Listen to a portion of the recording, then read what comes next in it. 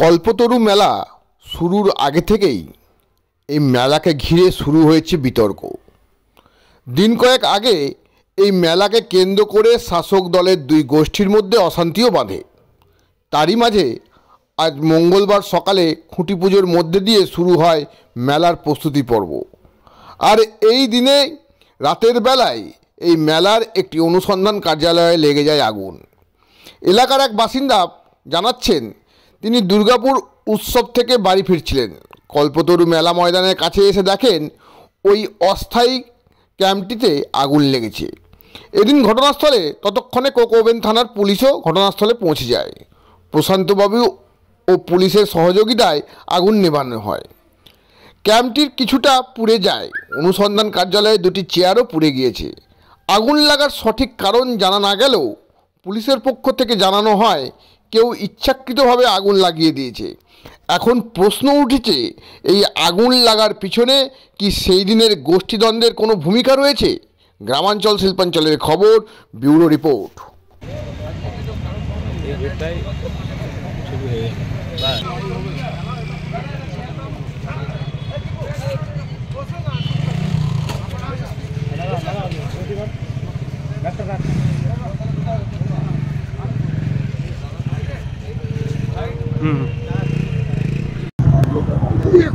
গতকাল মেলার যে ট্রেন, সেই ট্রেনটা আগুন লাগিয়ে দেওয়া হয়েছে, কি বলবেন, কি কারণ?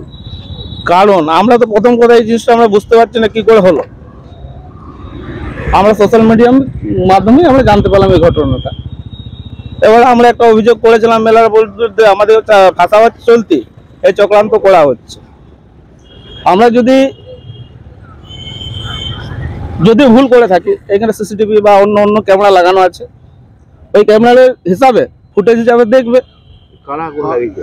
এবার ক্যামেরা লাগাইছে এটা তো কি করে বলবো, কিন্তু আমাদেরকে ফাঁসানো হচ্ছে। কারা ফাঁসাচ্ছে? ফাঁসাচ্ছে আমরা যার বিরুদ্ধে অভিযোগ করেছিলাম।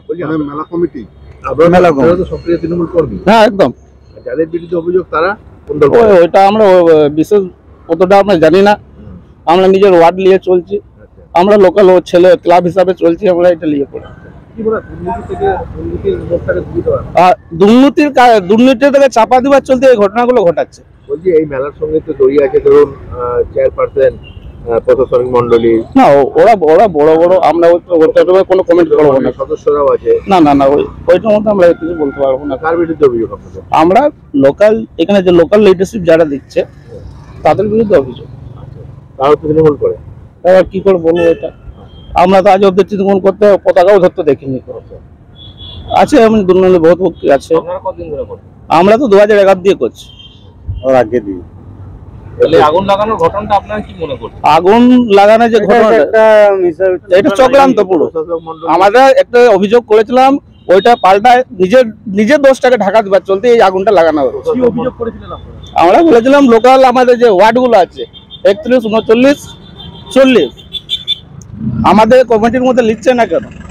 যদি প্রশাসক মন্ডলীর সদস্য দীপঙ্কর লাহা উনি বলছেন এগুলো সব মদ মাতালদের কাজ, কি বলবেন? মদ মাতাল। এবার ওনার বক্তব্য আমি আর কি বলতে পারি। আপনার নাম? আমার নাম পরিতোষ রাজবংশী। আমাদের উপরে আর কিছু আমি আছি 31 নম্বর ওয়ার্ড ইউথ সহ সভাপতি।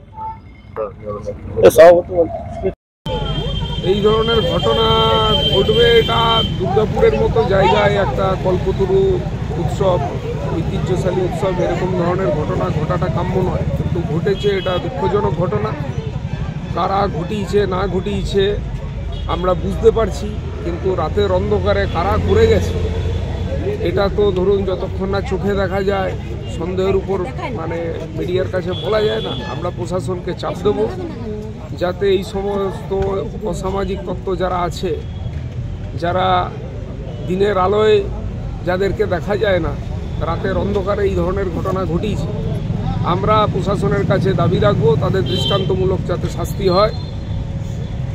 আপনারা কি থানায় অভিযোগ জানিয়েছেন? থানায় আমরা অভিযোগ জানাতে যাচ্ছি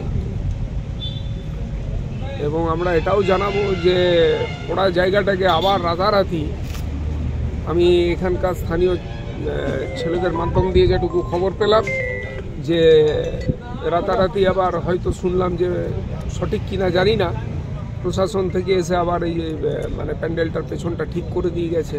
হয়তো তারা ভেবেছে যে যাতে এলাকায় অশান্তি না বাড়ে সেই জন্য করে দেওয়ার উদ্দেশ্যে হয়তো করেছে, কিন্তু এটা কাম্য নয়। সঠিক তদন্ত হওয়ার পরে এই ধরনের ঘটনাগুলো ঘটলে ভালো হতো। ঠিক আছে। আমি বলছি প্রশাসক মন্ডলীর সদস্য দীপঙ্কর লাহা বলছেন, তৃণমূল নেতা, এবং উনি বলছেন যে এইসব মদমাতালদের কাজ যারা করছে তারা মদমাতাল। কি বলবেন? আমাদের পিছনে আর কিছু পাচ্ছে না বলার জন্য, ওই জন্য ওরা মদ মাতাল বলে আমাদেরকে বলা হচ্ছে।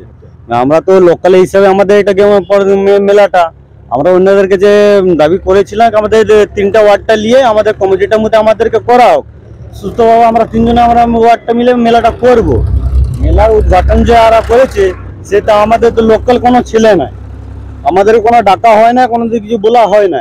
সে বাইরে বাইরে লোক দিয়ে এনে করে মেলাটা করে হয়েছে। আমাদের উপনেতাগুলো আমাদেরকে বারণ করে, ঠিক আছে ওরা করছে করুক, আমাদের যাক না, তারা ওরা নিজেদের মনে করেছে। এবার এইটা চক্রান্ত আমাদেরকে নিয়ে আমরা যে দাবিটা করেছিলাম আমাদেরকে এই যে ব্লেম দেওয়ার চক্করে ওরা নিজেদের হতে পারে লাগিয়েছে হবে, সেটা আমরা বলতে পারছি না। এবার হতে পারে ওদিনের ছিল, হতে পারে সেইখানকার যেমন ব্রিজের সিসিটিভি ক্যামেরাগুলো আছে, থানার ক্যামেরাগুলো আছে, সে প্রশাসন চেক করুক, না চেক করুক, যদি আমাদের ছেলেগুলো যদি হয় তাহলে বলতে পারে। হ্যাঁ, ওইটা ঘুরাবার চেষ্টা, এটা তো নিজেদের ঢাকার জন্য এইগুলো আমাদের উপরে বিলেম করা। আপনি বলছেন যে আপনার নেতৃত্বরা বলেছে যে এখান থেকে একটু সরে আসতে, আপনার নেতৃত্ব হ্যাঁ, আমরা জানিয়েছি। কাকে জানিয়েছিলেন? দলের কাকে জানিয়েছিলেন? এইটা তো আমরা তো ঘুম দিয়ে উঠে সকালবেলা আমরা আপনাদের মিডিয়ার পোস্ট এগুলো যে দেখতে পেলাম। অভিযোগ বা যে বললেন না আপনার নেতৃত্বরা আপনাদেরকে একটু সরে আসতে বলেছে এই ঝামেলা থেকে, সেই নেতৃত্ব বলতে আপনাদের নেতাকে তাদেরকে জানিয়েছিলেন? সেটা এখন আমরা ওটা ক্লিয়ার বলতে পারবো না, এখন ওটা এখন কিছু বলা যাবে না। ওইটা কথা হয়েছে ব্যাপারে জেলা সভাপতির সঙ্গে আমাদের কথা হয়েছে, জেলা সভাপতি বলছে আমাদেরকে ওটা এখন দেখছি, ওটা কথাবার্তাটা চলছে। তারপর হঠাৎ করে মানে মেলা উদ্ঘাটন করছে, সেটা তো জেলা সভাপতি ওটা জানে কি জানে সেটা আমরাও জানি না, কিন্তু আমাদেরকে বললে 2-3 দিন হোল্ড করে তোমরা, তারপর এটা কথাবার্তা চলছে। তারপরে নেক্সট দিন শুনছি আমরা এটা মেলা উদ্ঘাটন হচ্ছে। পুরনো কমিটি মেলা চালাবে। হ্যাঁ, আমার নাম হচ্ছে এমডি জাভেদ হোসেন আনসারি। এমডি জাভেদ হোসেন আনসারি।